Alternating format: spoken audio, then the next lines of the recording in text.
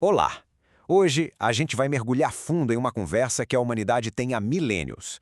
Uma conversa sobre uma das questões mais difíceis da vida: como suportar o sofrimento.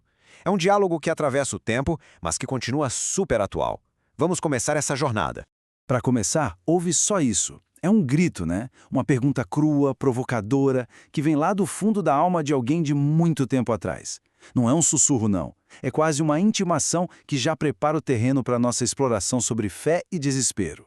A nossa jornada começa justamente aqui, na experiência coletiva. Não estamos falando de uma pessoa só, mas de um povo inteiro que se sente abandonado, que sente dor, como o Salmo 44 descreve tão bem. E repara que o salmista não economiza nos detalhes, né? Ele fala sobre a humilhação, a sensação de ser vendido por uma mixaria, de virar piada para os vizinhos. É um sentimento de abandono total, mesmo eles dizendo que foram fiéis. A dor aqui é pública, é constante e é esmagadora. E é aqui que a coisa pega. Isso não é só um desabafo, entende? É uma crise de fé profunda. Como é que um Deus que é visto como bom e justo pode deixar seu povo fiel passar por tanta coisa? Essa tensão é o que move toda a nossa conversa a partir de agora.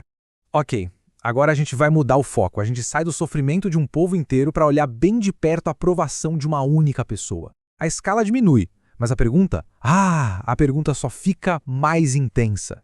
Olha só que interessante essa resposta bem humana que a gente encontra no livro de Provérbios. É a resposta do medo, da desculpa, sabe? Aquela que nos paralisa.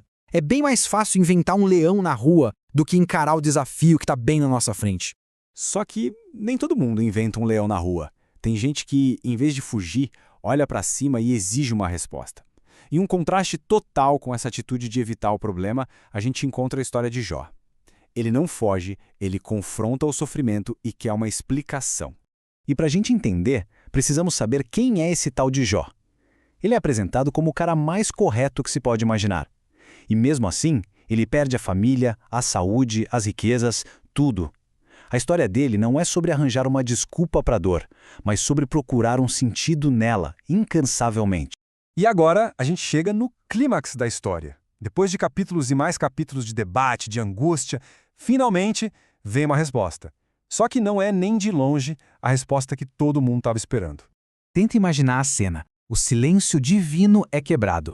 E não por um argumento lógico, mas por um evento cósmico. Uma voz poderosa sai de dentro de um redemoinho, de uma força da natureza. Isso já diz tudo, né? A resposta que vem por aí vai ser de outra escala.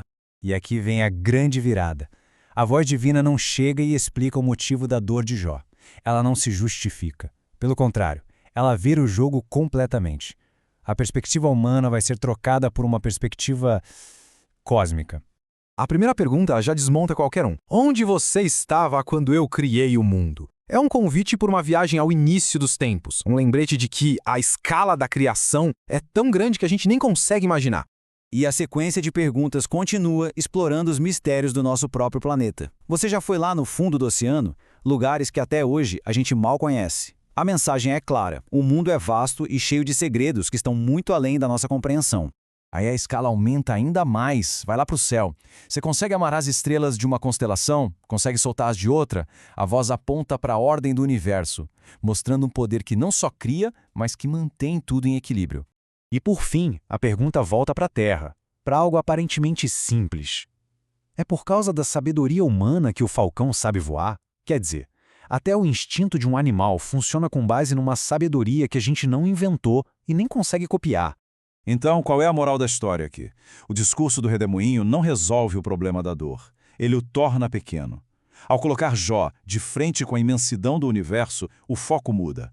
Deixa de ser "por que eu sofro" para se tornar um reconhecimento dos limites do nosso próprio entendimento. Certo. Mas e aí, como é que se vive com essa perspectiva tão gigante? É aqui que a nossa jornada entra na parte final, onde a gente encontra um jeito de trazer essa visão para uma vida de fé e de esperança.